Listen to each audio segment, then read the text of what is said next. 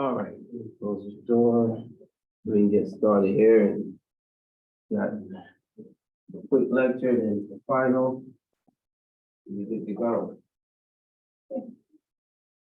All right, week 8, we're all done. Anybody got any questions, comments? No?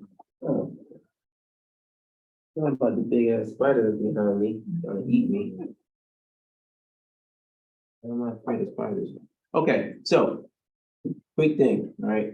Just talking and question about citations and references and that kind of thing. I think I went over it the first week we got in class, but just to reiterate, there's no maximum number of citations. It just depends on what you've written, right? If you've written a statement that is a statistic, you've decided. If you've written a statement that sounds like a fact, you've decided. If you've written a statement that is a declarative, like the sky is blue, decided, right? Where did you get that information from? If it's an opinion, that's something different, but you probably shouldn't have any opinions in your writing at this moment, okay? Not that your opinion doesn't count, but it doesn't really matter, okay? I'm not interested in your opinion per se, not for the full content of the paper.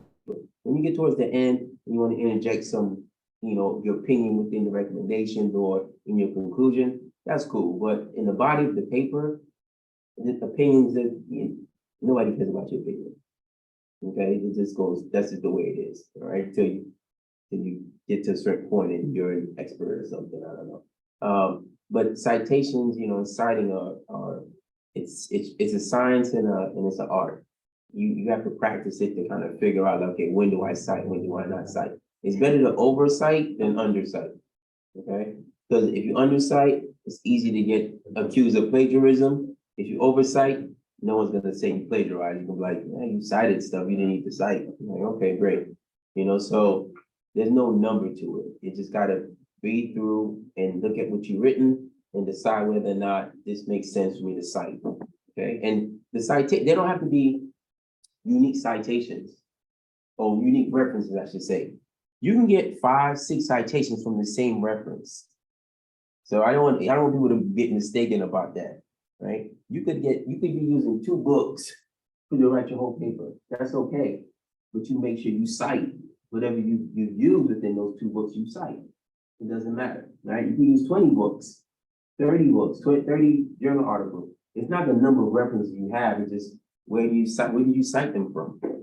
That's it, where you get it from. So you cite that, so you don't have to have a bunch of references. All right, so I just want to make sure everybody understands that because I get a lot of questions about that. And at this level, it's an important criteria when you're writing, right? You want to know where you're getting your information from because if you're writing, in an academic setting at the graduate level, most of your stuff is based on some other foundational theory, some other concept that you're using, right? And even within this class, where you're probably using, something from Carter or Lewin or, even Freud or, any one of these, social scientists, any one of these psychologists or psychiatrists, right? So you have to cite those things, okay? There's no such thing as a new thought per se that doesn't require citing because again, you got it, your foundation came from somewhere, right? So you have to make sure you cite that, all right? So do your best, takes time. That's why I didn't really do anything at the beginning of the semester of the mod, so I'm grading you too hard on your citations because I know it takes a little bit of time, but this point is 8 weeks, you actually got a little bit better at it, right? So look at the APA manual, right? You haven't got it yet, it'll make your day easy, right? The APA manual, and it can kind of help you figure out when to cite, when not to cite. All right, good. All right. What else? I think everybody has all their. I want to ask you about the presentation. What about it? Should I do my final paper? I give what's quite important in it and do the video around it. Yes, yeah. You should do your presentation, and the video should be the presentation should be part of your video. They don't need to be separate. So the way I do it here is the way I expect to see it right? The presentation is up, I'm presenting, all right? And I'm going through through the PowerPoint. That's the way your video should be.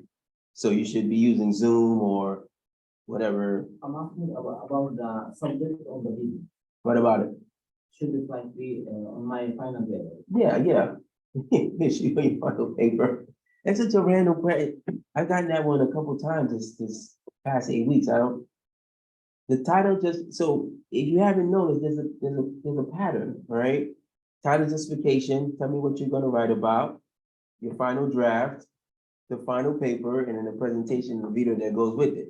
They're not all different subjects. They're all the same topic that you chose for your title justification, right? So you're not writing on 4 different things, it's to make it centralized for you. You're not the only one that asked that question, that's why it's interesting, all right? So yeah, the presentation should be based on your paper, okay? All right, anything else? You good? Yes, ma'am. The presentation is gonna be just the entire paper or just like a PowerPoint that just. You should probably keep it to, I would say 6 slides at the most and provide a summary. It should just be, the way I would recommend doing it is break it down the way you have your paper. Introduction, then literature review, methodology, right, conclusion or discussion, then conclusion, right? However you have your paper kind of set up is the way you should kind of set up your presentation. That way, when I, look at your presentation, if I read your view your presentation before I read your paper, I have a good idea of what it is you're gonna be telling me, right? But it don't, they should be bullets, not whole paragraphs. I don't want to see a whole paragraph, like a slide with a bunch of, but cut and paste, you just cut and paste a paragraph, you put it in there from the paper, no, right? The PowerPoint is bullets, so it helps you remember what you want to talk about, right? And you kind of elaborate on it, but for this paper, it should just be no more than 6 or 7 slides tops. It should probably 6 minutes, 7 minutes, okay? For the presentation, right? I'm worried about the quality, not necessarily the quantity of the time. Just making a good presentation. Think about the background, think about the design of the template or the design of your slide. Think about if you have to present it, would it appear visible if you had to do it in front of a live audience, right? Certain colors don't do well on screen. Certain things don't do well. Like you don't want to have a bunch of graphics zooming across the screen and a bunch of noise. You want to keep it pretty simple, right? So I just recommend that you do it based on the way you have your paper structured. Keep it to no more than 10 minutes, okay? Which I know is real easy, okay? No more than 10 minutes. And I say no more than, 6, 7 slides. All right, but it's a summary. That's all it is. When do we present all the presentations? No, you just do the video, you submit it. Oh, Yeah, we're not gonna do it in class. okay. No, yeah, we're not in class. If we did in class, it'd be today. Yeah, today's the last class, yeah. But if you would normally, sometimes we do the presentations in class. But I stopped that because I don't like it because it takes up too much time. Yeah. So, and then we have the final. So that's a lot for you to do one day, If I think, okay, I'm gonna lecture, then you gotta present. Okay, now you're gonna take a final.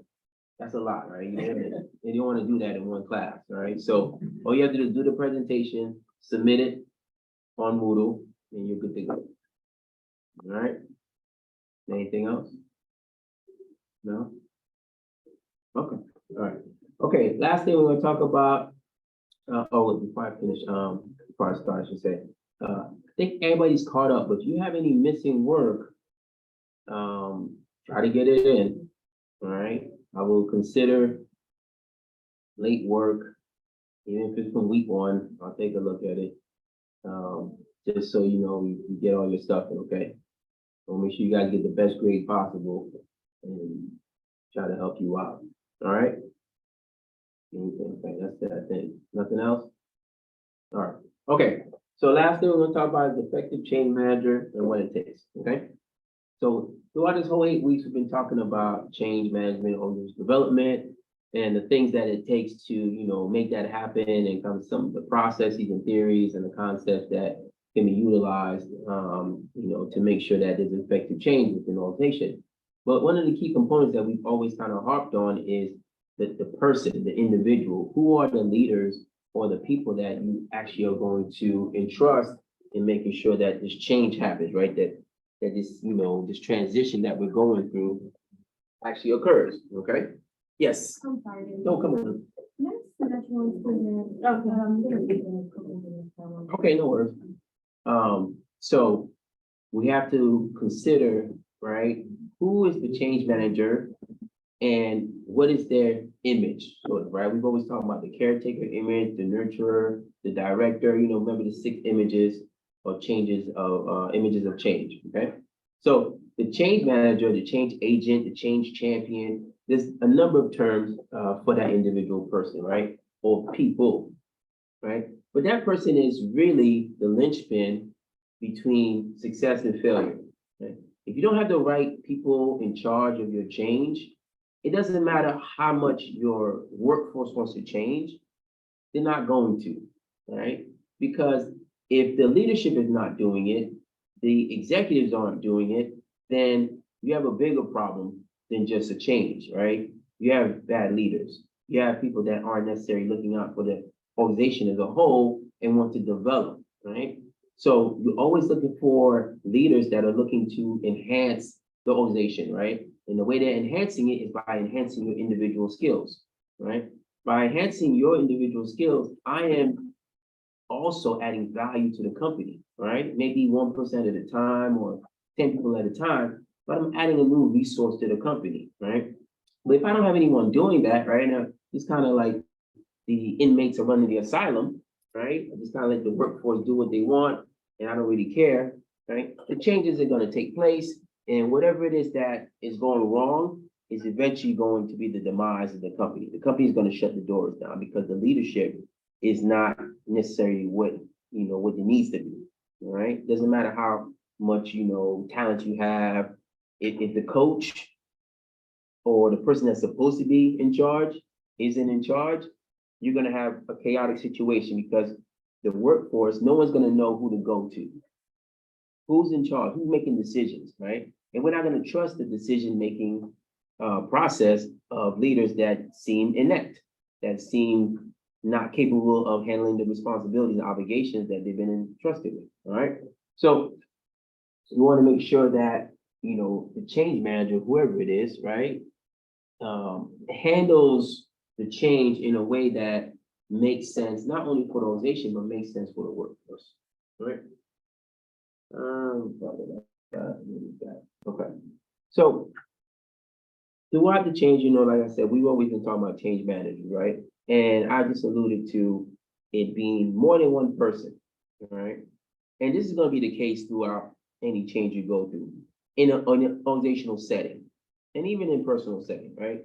Even if you're doing some personal change and growth and development, somebody is probably helping you along the way, right? Being a consultant, be it a counselor, be it a therapist, be it a psychologist, psychiatrist, whatever it is, right? Somebody's helping you. So you're never actually alone, right? Change is definitely a team or a group type thing, right? Because just putting it all on one person, that's just a lot of pressure, okay? A lot of pressure. And if you put it on one person, however that person thinks is going to be the prevailing thought throughout the whole change. And maybe that person is not very diverse in their thought. Maybe they're not very, maybe they're very kind of like black and white and don't really think out the box, right? They're not innovative. They may be great managers, they may be great leaders, but they're not, very, creative in the way they approach things, okay? So change is always a team dynamic because I want your input, right? As far as like, hey, I know I'm in charge, but what do you think, right? You're on the change management team. What do you think? Okay, what's your opinion? One thing. Secondly, I can't be everywhere all the time, right? There's one thing you will learn about being a leader and being in leadership positions. You have to learn how to trust people. You have to learn how to delegate, right? Because you cannot be in every situation. You can't be at every meeting. You can't be at every counseling. You can't be at every ceremony or You just can't be everywhere at once, right? And you don't want to be that, all right? When you are the leader, you know how you can tell when you have a good organization, you have good leadership, and you have a sound organization. If I leave for 2 weeks on vacation, there should not be any problems, okay? My boss should not be crying, saying, you can't leave. If you leave, everything's gonna fall apart. That's bad leadership, okay? I should be able to walk out the door and say, hey, you got it, and everything went fine, okay? That's the kind of team you wanna build. That's the kind of change manager you wanna have. Someone who's able to delegate and rely on others to make sure that things are happening, right? It just can't be one person, and that person can't be, indispensable, okay? You have to be able to, as they say, next man up, okay? If you get injured, like who's to say that you don't get into a car accident, or you get amnesia, or you're just going through something, right? And I don't have you at your best. I may need somebody there to support you that can help you through that transition, help the organization through that transition, help them through the change management till you get back up on your feet, or maybe that person is carrying the whole load, right? This is why they have COOs, okay, and executive officers, because they understand that the commander or the CEO cannot lead by themselves. Okay, you need checks and balances also, which is another thing about change management and having a team, a group of folks. I need to be able to hold the CEO, although the CEO accountable. If I can't tell the CEO like, hey, you can't do that, that's not something that is appropriate or legal, then that's another problem you're gonna have, okay? But the change, whatever it is done in a committee type format, right? Everybody knows what I mean by decision by committee, right? So if decision by it's almost like if I were to say ask, what time you want to take the final, right? That'd be something for me to decide, right? As the leader, as the instructor, right? But I say, hey, what do you guys think? What time you guys want to take the exam, right? That's a decision by committee, because I'm asking you, each one of you, what time you want to start, and then we'll decide whatever is the majority. That's what we'll go with, right? That's not happening tonight, but I'm just saying, okay? That's just an example of decision by committee, right? And change management is just that. It falls on the decision by committee. All right, so we talked about resistors, okay? And how that you have to kind of seek those resistors out. But in contrast to that, you could also have people within the organization who are advocates of the change, right? And you have to find them too, okay? You have to seek those people out. Come on in. You have to seek those people out, okay? Just like you have to find the people that are resisting, that are also for the change. Because they can be your eyes and ears, they can be that person, that voice that can help you facilitate the change without you actually being there, right? Someone who's there to keep reminding people like, hey, this is what we need to do. We need to implement this new thing, new process, new paperwork, whatever it is, right? And we need to do it. The boss is in here, who cares, okay? I'm telling you, this is what we need to do, right? Not in that way, but they are there to be a positive reminder about, okay, what needs to happen. They're the voice that people want to hear, and then also the kind of the advisor that people will go to and say, you know what, having some trouble with this. I know this is a new system. Can you help me out so I can get to know it better, right? There's always somebody who's not okay. And that's the thing about, those managers, those, low entry level, not low level, entry level positions, people that are not necessarily within the executive side of the house and not the C-suite, right? You have to seek them out and try to figure out, okay, how can I leverage those folks, right? And they may not be in any position of any authority, of any, leadership. They may just be one of the coworkers, right? That everybody respects, that everybody knows has been doing this for 20, 25 years, right? There's something to be said about experience, right? You've been doing something for 20, 25 years, you probably know what you're doing, right? If I just started doing this for the last year or two, I'm probably gonna come to you and say, look, I've only been doing this 2 years, you've been doing this for 25 years. Can you help me? Okay, can you give me some advice? What should I do? What should I do? What shouldn't I do? Those kind of things, right? Not only advice in the sense of, handling the change, as far as, professionally, but also how do I handle the change personally, right? There's a lot of things that you go through throughout your life as you get older. You have a certain amount of wisdom that you kind of bestows upon you because you made a lot of mistakes, or you saw the people making mistakes and you learn from those people and you want to pass that on to the next people, right? So you don't make that same mistake, right? There's things that I did or things I didn't do that I wish somebody told me to do when I was 20. Okay? If somebody had tell me, hey, every month, save $1,000, save $500, right? When I was 20, I wouldn't be working right now. You know what I'm saying? I'd be sitting on the beach somewhere, working on my tan, okay, having a drink, relaxing, okay? So there's information and stuff out there that needs to be, that can be garnered, right? From people that aren't necessarily in those positions of power, right? But they're the voice of reason, they're the voice of sanity, they're the voice that people feel comfortable with, right? And they understand that, okay, yes, we have a challenge, we have to go through this transition, this change, but I'm here, I can help you. I've been through this, I've been through a couple of changes. Maybe not this one, but I've been through 2 or 3 changes with some other companies, right? Because the change is the same, right? The process, from a conceptual standpoint, from a theoretical standpoint, it's the same, right? People go through their phases and you're gonna have people that accept it, don't accept it, and people in the middle, right? How do we get through that change to make it effective and to make it lasting, right? And then how do we, analyze it for feedback so we can fine tune it and those kind of things. All right, no, I thought that, said that already, all right, okay. So, change managers, right? Challenging in a way that's stressful, high pressure, fast paced, high risk, right? Vulnerable, placing premium on resilience, right?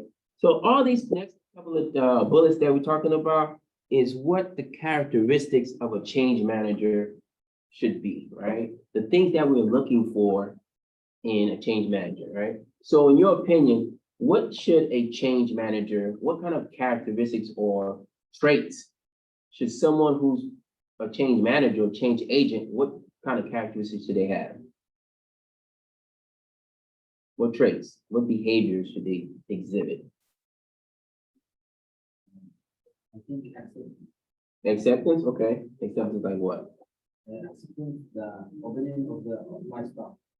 Okay, all right, okay. So acceptance and ability to see other people's perspective and that kind of thing? Yeah, and make a change based on the abilities to my staff. I got you. Okay, so make sure that you tailor the change or whatever it is you give me based on what I can do, all right? Your self-efficacy. I got it. Okay. Because I think this little things make difference about the change. Absolutely, yeah.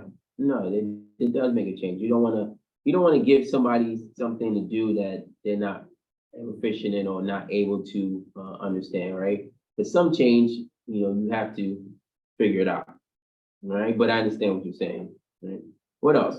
What other skill sets or what other traits would you want to see in a person that is doing this job?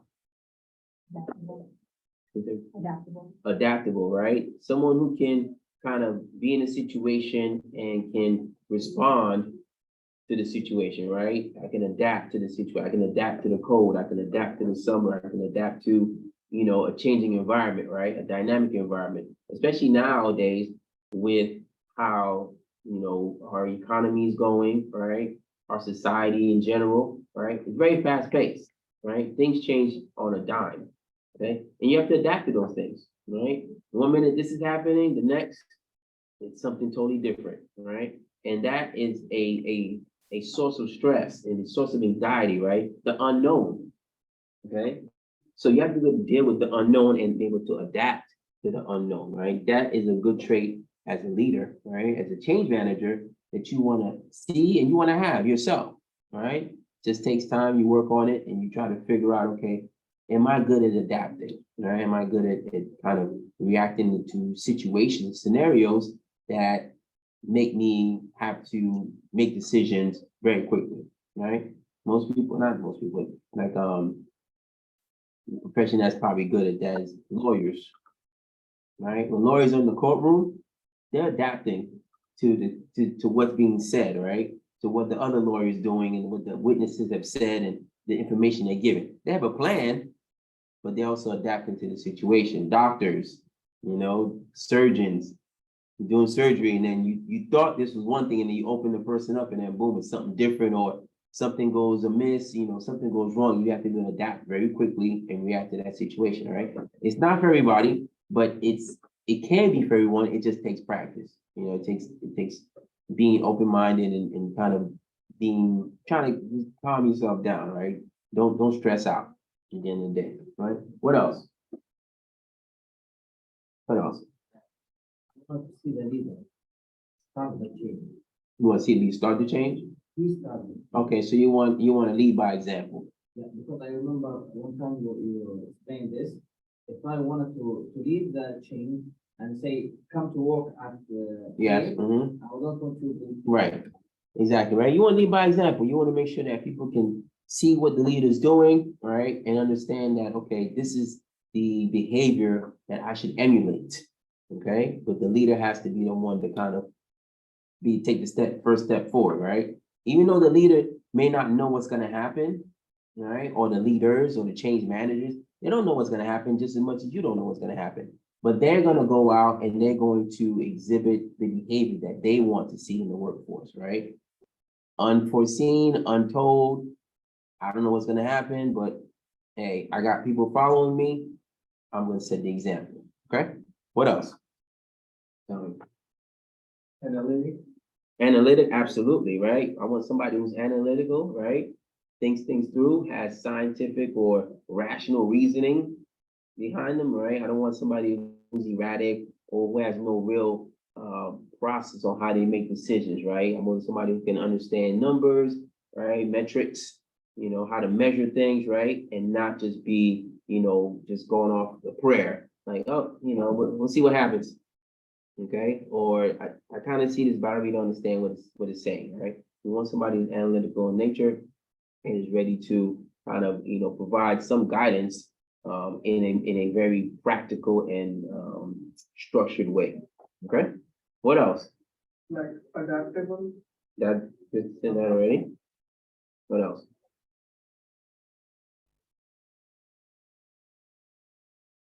What else? Reliable, maybe. Okay, want somebody who's reliable. Might want somebody who's ethical and honest, Honesty. right? That's important, okay? Especially if you're going through a change and there's different metrics and there's different things that we're evaluating, right? And maybe this change isn't going so well, right? And it's supposed to be 50%, but really at 40, but I'm gonna put 50, right? 10% not gonna hurt nobody. It's okay, right? It'll pick up next week, right? We want somebody ethical, right? We want somebody who's going to do the right thing and be honest about certain things, okay? What else do we want in a change manager or change agent? And what's one thing we've talked about that's essential to every organization, every relationship you have, just important across the board in life? Communication, right? You want somebody who can communicate well, right? Who can connect with different types of people, right? And be able to convey the intent, okay? And be able to be lenient when necessary, but also be stern when necessary, right? Sometimes students will come up to me and they like, Dr. K, I didn't do my homework and I need more time. Well, why do you need more time? Well, okay, I was out partying. All right, whatever, fine. Okay, I'll give you a little more time, right? Or I was sick, or whatever the case may be, right? There's other times where it's like, hey, I need more time. No, I don't care what the reason is, except no, I mean, in case of emergency, right? I get that, right? But if it's, I went out, no, you don't give me time. My dog died, yeah, I'm sorry about that, but no, okay? There's just times when you gotta put your foot down, right? Because I don't know what you got going on. You know what I got going on, right? I have my own deadlines, right? I have my own things I'm accountable to, right? People that I'm accountable to, right? But you need a leader that can communicate that. Okay, I think I've gotten an email here from pretty much everybody, I think, on some various topic during the 8 weeks. Okay, all good questions. It's just that, I make sure that, hope you guys know that you can come talk to me. You got an issue or something comes up, like, hey, Dr. Case, this came up, or I got this issue, or very nice email too. Some of you write some very nice emails, real long, but very considerate and polite. Okay, I appreciate it. And I look at the situation and go, okay, give as much time as you need, right? Or, yeah, I can't do that, but I'll think about, what I can do. Okay, what can I do? Right? It's not always about what I can't do. Sometimes like, no, I can't do that, but let me think about how I can help you. Okay, give you some options. They may not be exactly what you want, but at least we talked about it, right? You told me, right? And I can't do anything about it if you don't tell me. So communication is key. But as a change manager, change agent, you have to be more deliberate in your communication, right? You have to be able to go out on the limb and go speak to the people, right? You shouldn't expect the workforce to come talk to you. You should go out and talk to them. Go to where they're at and say, hey, how you doing? Everything going okay? Any problems with the change or whatever, how you like the new system, that kind of thing, right? You gotta get out there and talk to them. They're not gonna come talk to you, right? I don't ever remember going to any of my bosses and just chit chat. It doesn't work that way, right? So they're always in their office and they're doing their thing and they're talking to their boss or whatever the case may be, right? So you want a good communicator. You want someone who can, kind of connect with everybody within the crowd, be able to listen, okay? Not just hear, but listen to what their people are saying and be able to provide some substantive feedback, right? Some answer, even if it's, I don't know right now, I'll let you know later on, or we don't have an answer for that, okay? It's okay to say that. It's not, I don't know. I don't know everything, okay? I do know that we need to make this happen and I need your help. And this is the only communication or the only message I have for you right now, or the information I have for you right now, right? But you want a good communicator. What else? What else we got? What else? If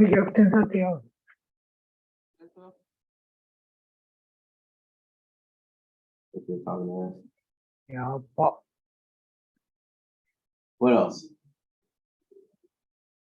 What else? What else? What else?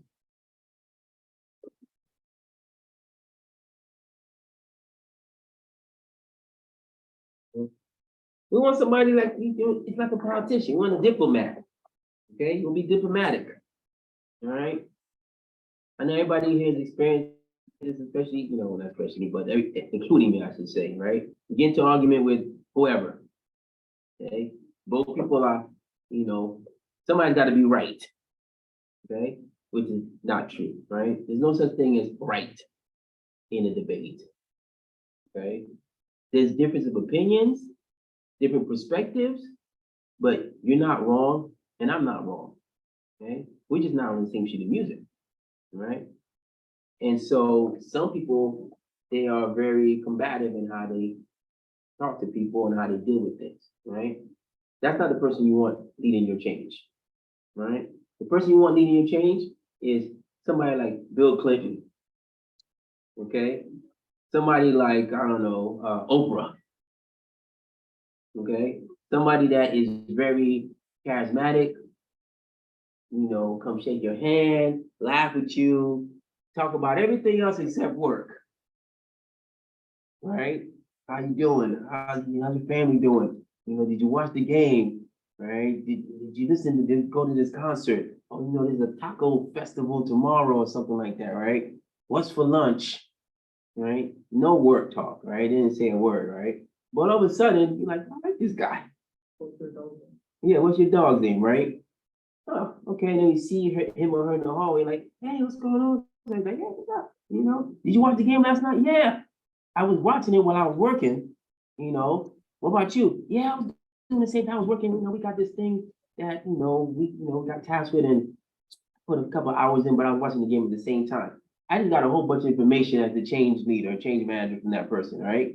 The person just told me that they were home watching the game, working. Okay? I didn't ask them. They just divulge that information, right? This is what you get when you have someone who is very open and is very political or is statesman, right? They go in there and they get to know the people. Right? 여보, 국물 소스 이. 여보. What? Oh, I'm gonna mute that too. Okay. I don't know what you're talking about. Muted. You're probably like, dang it, what happened? So you want somebody who's, not afraid to get in there and talk to people, right? You guys ever been to a party or a social setting and you see this one person just kind of moving around and they seem like they know everybody, okay? They don't. They just walking around. They trying to meet everybody, right? Because that's what politicians do, right? Politicians kiss everybody. They shake everyone's hands because they want your vote, right? Change managers, we want your vote. Right? Change leaders, we want your buy-in. I want you to follow me, regardless of whether you know where we're going, how we're gonna get there, when we're gonna get there, right? Just follow me, right? And that's when you really understand the true meaning of a leader, right? When you get people that follow the person, they're like, why are you following this person? I don't know. I like them. The ideas sound good, right? Now, it doesn't always work out for the best.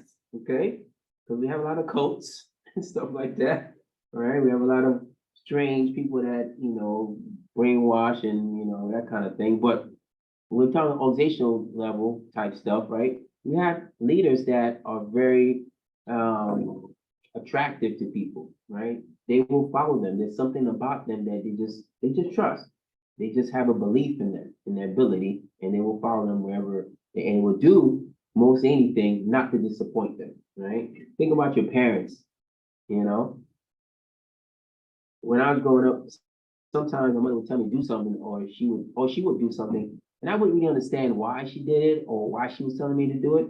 I would do it anyway, because she was my mother and I trusted her, right? Same thing, right?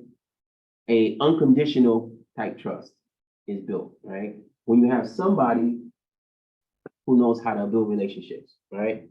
Who knows how to manage their time, who knows how to, dole out punishment, but at the same time is there to be the first one to pat you on the back when you do well, right? So you want somebody who's, skillful, right, in a group setting, but you also want somebody who understands and what they can read the room, right? I need to be able to move around and see who is my audience, right? And what do I need to say? Right? But you're not going to know what you need to say unless you kind of poke a little bit, right? And you'll see this sometimes at seminars or workshops, okay? When I do a workshop or a seminar, the first 10 minutes, say the seminar starts at 8 in the morning. I'm there at 7:30, give or take. And most times, most students aren't there, even this class, right? And I don't sit at my computer, I set everything up, and then what I do, I start walking around, start talking to people. Hey, how you doing? Where you from? I may have 100 people in the workshop. How you doing? Where you from? And I'll just walk all the way down, kind of come back around, and talk to as many people as I can, right? And get to know them before they even start, right? It does a couple of things. One, it relaxes me, right? It makes the setting comfortable for me. Two, it makes the setting comfortable for the people in the workshop, right? Because now they feel like they know me. Now they feel like they have an in as to what's going to happen, right? Oh, I just talked to him, yeah.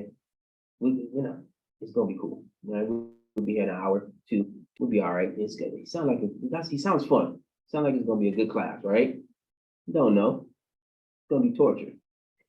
Okay? But that's the point is that I work the room, right? I try to get to know my audience because there's gonna be things that they told me that I'm gonna use as I'm presenting, right? Someone's gonna tell me something, they're gonna tell me a joke, and I'm like, that's just told me a joke. It's pretty funny. You mind telling it to the group?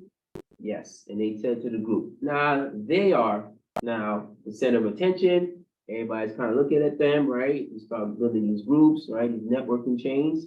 Okay, so it's important that the person who's leading the change has that type of demeanor, right? To get out there and really ingratiate themselves into the crowd, right? Be part of the group, right? But at the same time, be the leader, right? You can do it.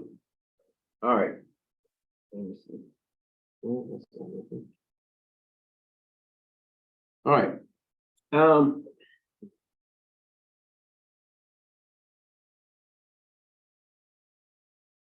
Yeah. All right. So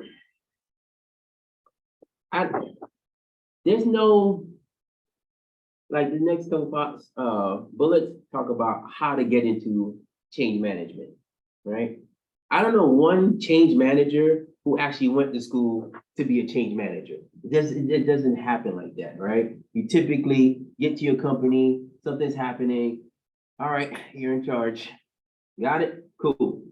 That's it, right? And then you learn along the way, you go and probably do some research. What does the change manager do? What is it that the change is, what's involved? That kind of thing, right? Nobody actually goes to school. They have degrees in change management, but I think like one person gets that degree. Okay? Nobody goes to school for change management. They go to school for organizational development, but not necessarily change management. All right. So the skill sets that we just talked about, right? Being able to read the room, being able to do gap analysis, being able to be adaptive, right? Being able to be resilient, ethical in decision making, right? Analytical, right? Those are all the attributes and characteristics that we just talked about that we want in our change manager, right? In addition to the educational academic stuff, right? All the theories in the book and the PowerPoint slides and that kind of thing, right? We have all that, right? But we want somebody who can figure out, okay, what kind of change do we have? And then they're gonna grow, right? Because they're going through the same process we're going through, right? And so as they're trying to influence this change, they are also learning as to what works and what doesn't work. Okay. So if they see something, a technique or approach or some dynamic within the organization that just seems like, yeah, it's not good, right? This situation is gonna be hostile here. Let me go in and do a couple of different things. Let me switch it up a little bit. Let me change it and be able to, change the dynamic, right? The environment, the organizational culture has a big impact on whether or not a change takes effect, right? We want to set the tone, right? But usually it's one person that can set the tone. Whoever it is, the change manager, they could be middle manager, they could be entry level person, they could be a senior executive, but you have to find that person. That person needs to kind of emerge on their own and to be known as that's the go-to person that you need to go find if you have questions or answers or anything like that. All right. All right. So quick down and dirty. Any questions? No? No questions? Okay. So gotta take a quick 5-minute break, come back, start the final, and then after that, you guys, whenever I see you. Okay? I have nothing else to say. All right? So, but if you want to start now, you can, but if you want to take a break, you can also. You have up until the class is over to take the exam. All right? Or until I leave, I should say.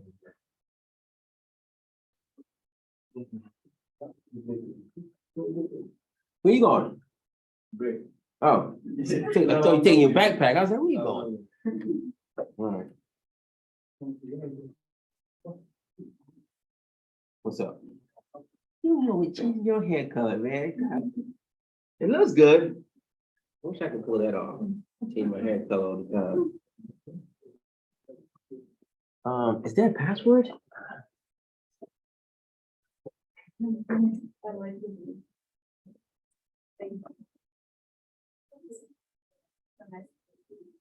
you do yourself? No. How are you ready for this? How are you doing?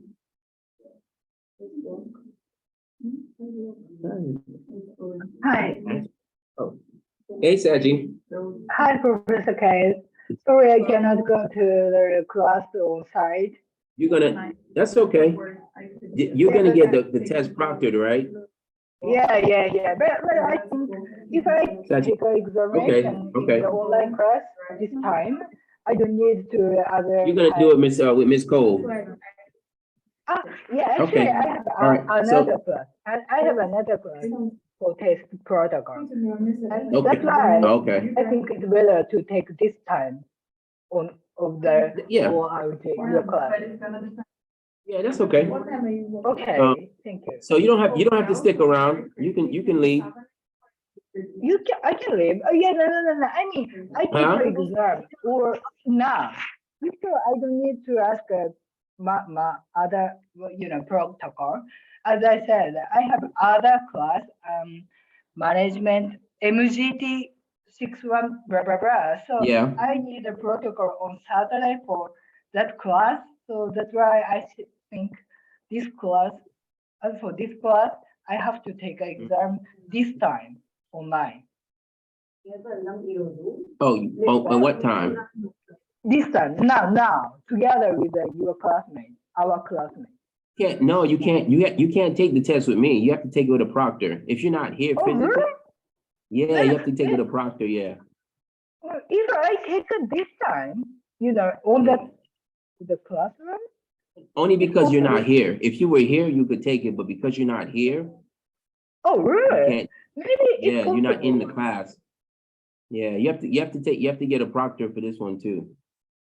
Oh, really? In other class, I'm confused because other class, before I have an experience, other classmates take an examination online. Online students can take an examination the time of the live class, even if they are online, not on the site. No, if they're an online student, yes. Like if Ah, my but online students want to come on now, they can. But you're not online, you're hybrid. okay, if I need a protocol, Say that right? again?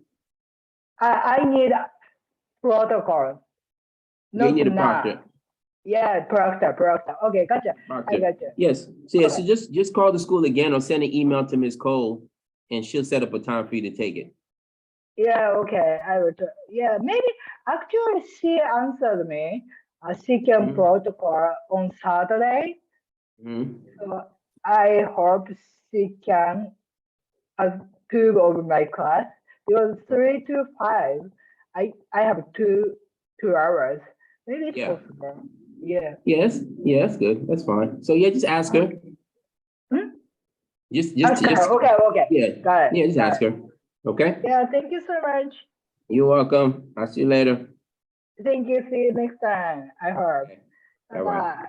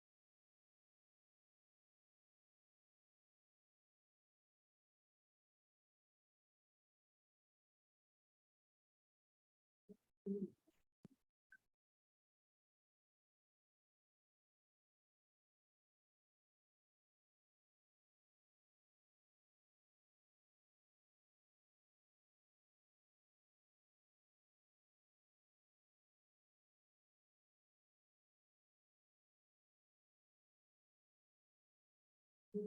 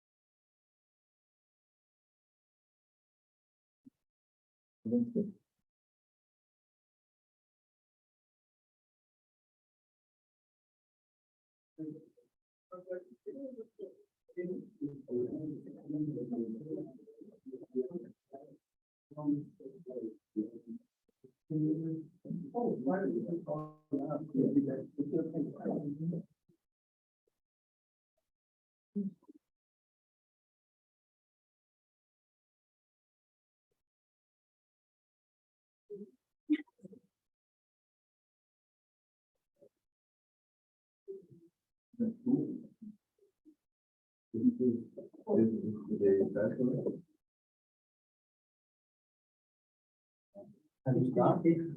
Yes, you can start. You can start with the password.